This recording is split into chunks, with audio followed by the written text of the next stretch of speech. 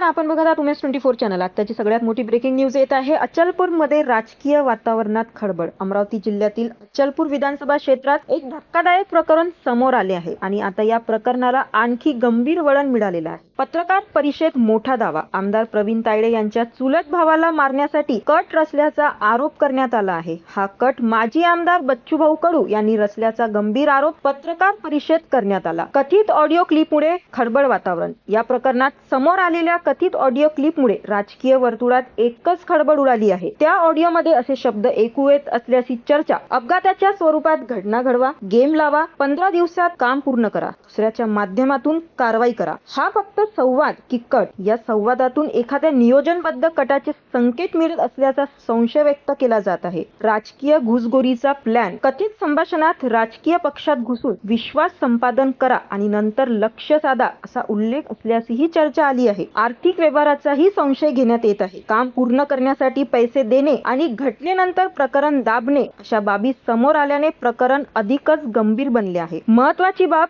सत्यता अद्यापही अस्पष्ट आहे। हा ऑडिओ क्लिप अद्याप अधिकृतपणे सत्यापित झालेला नाही। तांत्रिक तपासणी आणि चौकशीची मागणी जोर धरत आहे। परिसरात तणाव आणि जनतेत संताप। अचलपूरसह अमरावती जिल्ह्यात या प्रकरणामुळे वातावरण चांगलंच तापलेलं आहे। नागरिकांमध्ये संताप आणि संभ्रमाचं वातावरण आहे। सोशल मीडियावरही या प्रकरणाची जोरदार चर्चा सुरू आहे। मोठे प्रश्न उभे। हा खरोखरच कट आहे की राजकीय संघर्षाचा भाग? सत्य काय आहे हे तपासानंतरच स्पष्ट होणार आणि आता सर्वांचे लक्ष प्रशासनाच्या पुढील कारवाईकडे लागले आहे। या पत्रकार परिषदेत उपस्थित होते आमदार प्रवीणभाऊ तायडे, आमदार राजेश वानखडे, खासदार डॉक्टर अनिल बोंडे, नितीन दांडे, रविराज देशमुख, तुषार भारतीय, शिवराय कुलकर्णी, अतुल गोडे व इतर पदाधिकारी व कार्यकर्ते उपस्थित होते।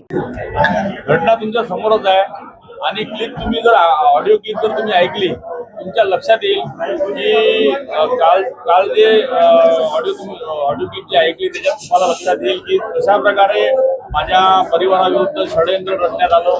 भविष्यात कार्यकर्त्यांविरुद्ध सुद्धा षडयंत्र रचण्याचा डाव असू शकतो आणि जर ही क्लिप बाहेर आली नसती तर कदाचित माझ्या परिवारातील एका सदस्याचा जीव गेला असता आणि मी अतिशय हतबल या गोष्टीमुळे झालेलो आहे। आणि जे स्वतःला गाडगे बाबा समजतात, स्वतःला समाजसेवक समजतात, त्यांचा सुद्धा दुसरा चेहरा हा जनतेच्या समोर आलेला आहे की हा व्यक्ती राजकारणासाठी कोणत्याही स्तराला जाऊ शकतो। गेल्या 20 वर्ष जनतेने त्यांना दिलेले असताना त्यांचं समाधान झालं नाही का? त्यांना जनतेने 80,000 मतदात्यांनी त्यांना नाकारलं। त्याच्यात माझा गुन्हा आहे का? माझ्या परिवाराचा गुन्हा आहे का?